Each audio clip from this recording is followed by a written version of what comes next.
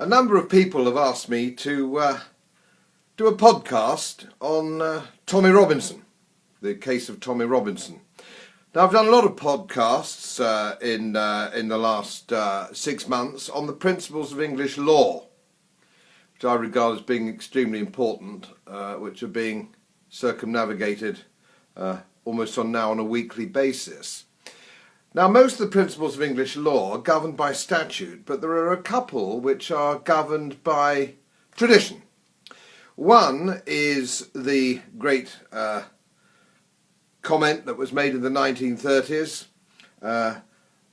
that law should be that which is deemed to be fair by the man on the Clapham omnibus.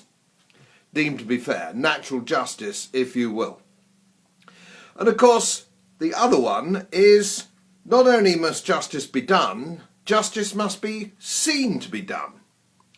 Now, the thing that makes me worried about this Tommy Robinson business, and I've never met the fellow, and I don't know anything about the case, but that's the point. It appears he's been sent to prison for 13 months, and I don't know anything about the case. I don't know what the legal implications are. I don't know what the offence was. I don't know anything about it at all. All I know is what I've seen on social media. And it didn't look to me like he'd done anything wrong. But I don't know. I don't know. And neither do you. So what I'm suggesting is, what is really, really wrong is the judge actually closing down any press comment on this. So the country doesn't know whether Tommy Robinson deserves to go to prison or not. We don't know. How can we make our own judgment on whether justice has been seen to be done, or whether natural justice has been done? And moreover, there is a caveat, is there not, that we have had one man sent to prison for putting a piece of bacon outside a mosque. He was given a year's sentence. It was only about 3 weeks before he was murdered. And another one came a little bit after that, and it was only about a week before he was attacked. Now, what bothers me is, I think we all know, and a lot of my friends in both the police and the prison service tell me that there are some prisons which are run by the inmates, a significant number of whom are natural enemies of Tommy Robinson, whether indeed he is safe or not. And I suspect that he isn't. All these things we don't know, all these things as citizens in a free society, we should be able to make our own judgments on.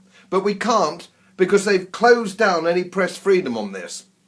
I'm 68 years old, you know. I'm just wondering where this country's going.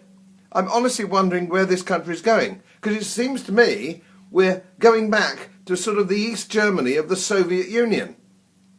No freedom of speech, no freedom at all for the ordinary citizen to express his views. Whether they be right, wrong or indifferent, it doesn't matter. That's the whole point of free speech, that we can say what we like when we like, as long as we're not actually hurting anybody else, in the spirit of John Stuart Mill, for example. So this Tommy Robinson thing makes me deeply uneasy, and I think it makes us all deeply uneasy. And I think when we start losing faith in the judicial system, it's the thin end of the wedge. And it's the end of a civilised society as we know it. I hope I don't go to prison for actually making this observation. Maybe I will. Who knows?